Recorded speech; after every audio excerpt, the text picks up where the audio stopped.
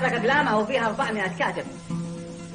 وفيها 400 شاشة لهن موجات شغالة، وفيها نيافة خير مثورة برقها اللاهب من أقصى شرقها إلى غربها والجو بطوالة. أيها الأخوة، نستمع إياكم إلى هذه القصيدة من كلمات الشاعر المعروف صالح بن صالح الجعدوع البردوني، وهي تعبر وتحكي ما فيها. وقد نسخت هذه القصيدة ب20 ذي الحجة 1424، وهذا الشريط رقم 6 مع تحيات تسجيلات استريلا دور صنعاء قولان جواز العمل.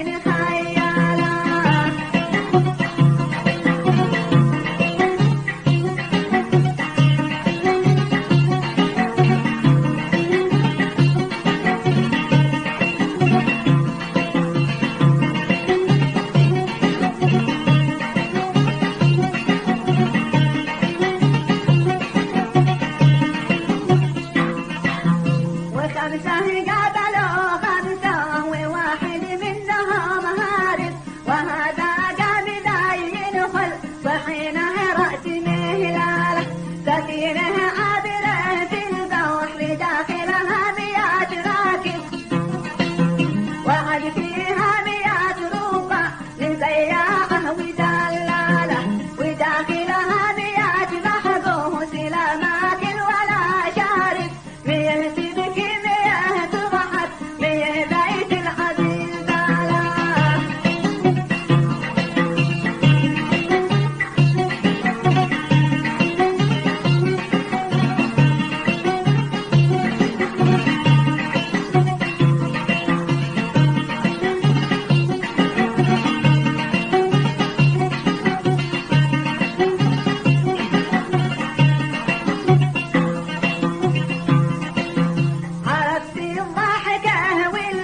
حرك يهوي المركب الغارق نهاية كل غارقتي محيط البحر وأهواله طعام الحوت والتمساح في المغلوب والغالب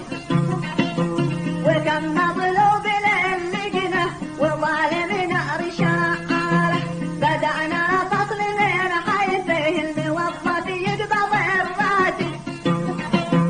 والأول بعد ما غلت سبابه عندي يقتاله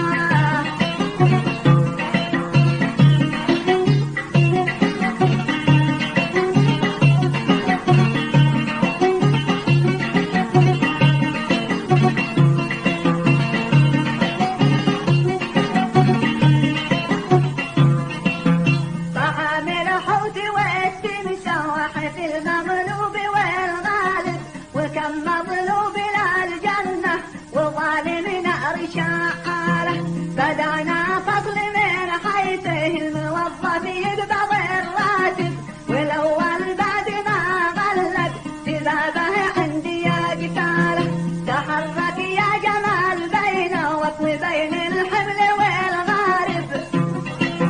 مسافة قايتها بالشطاير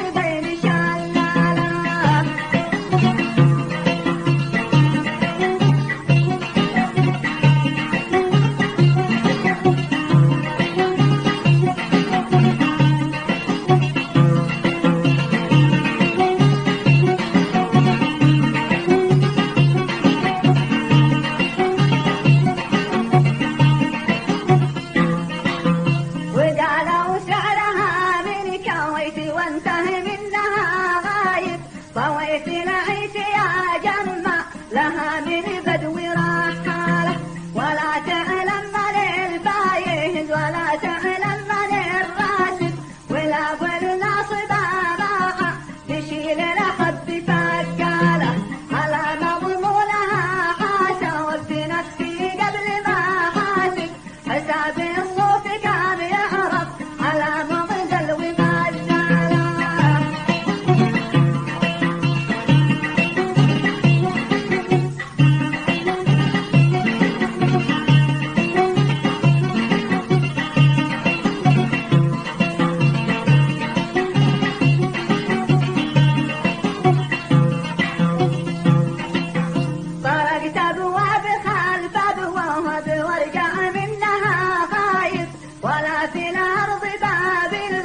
وقد هديت زيارته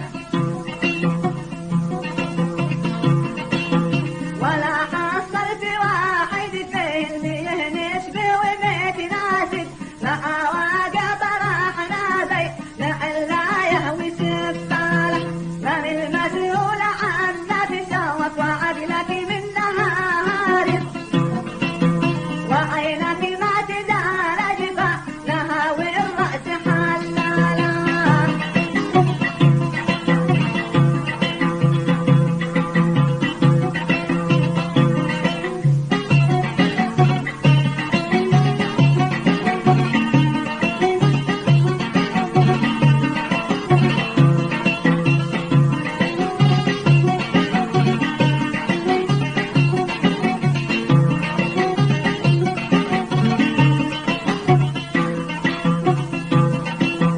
وجسمك لا وقع مطهور متجمد ولا دايب حنينه روح من هذا الجسد قد موتها